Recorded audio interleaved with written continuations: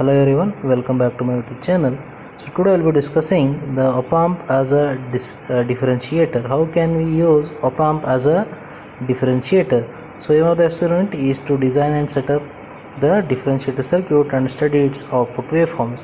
Fine. So what the differentiator does is whenever you give input signal to it, it will give the differentiated version of the output signal. Okay, so this is a circuit diagram over here. In this circuit diagram we are making use of our op-amp 741 IC. Fine, and we are giving input to the inverting terminal. And we are using a capacitor and a resistor. Capacitor we can use either 0.1 microfarad or 0.01 microfarad.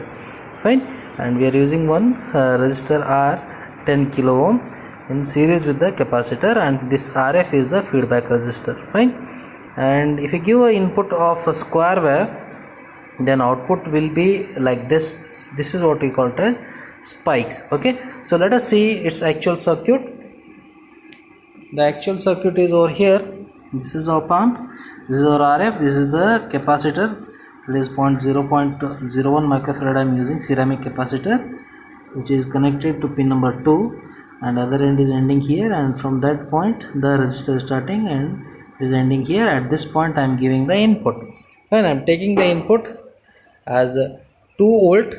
Fine, I am taking the input as 2 volt of frequency as 1 kilohertz. Fine, this input I am taking and I am giving it over here, and plus VCC and minus VCC as usual 12 volts I will be giving, plus 12 and minus 12, and I will be taking the output from pin number 6.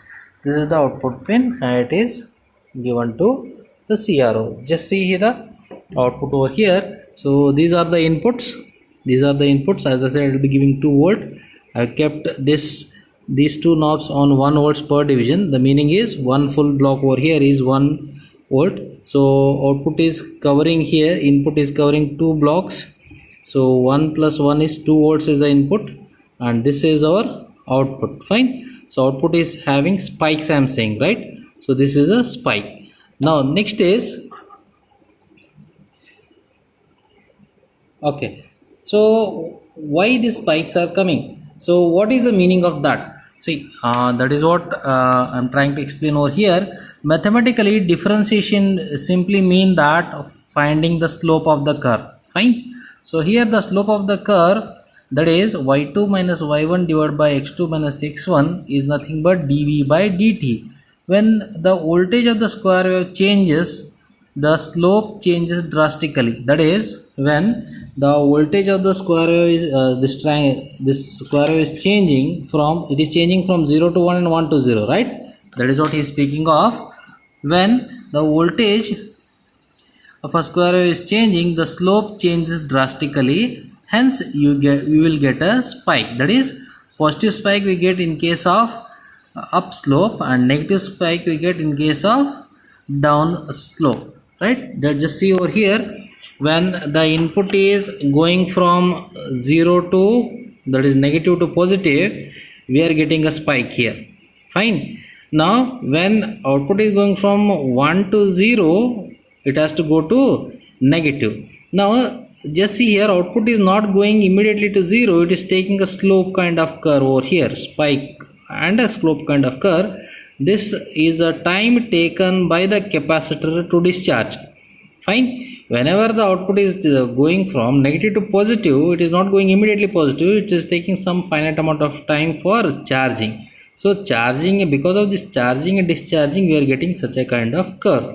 Now if you change the capacitor, connected 0.01 microfarad over here, that is why I am getting such kind of curve. Now if I change this capacitor, here is 0.01, if I remove, and if I give the capacitor 0.1 microfarad, earlier was 0.01, now it is 1 microfarad. You can observe the change over here.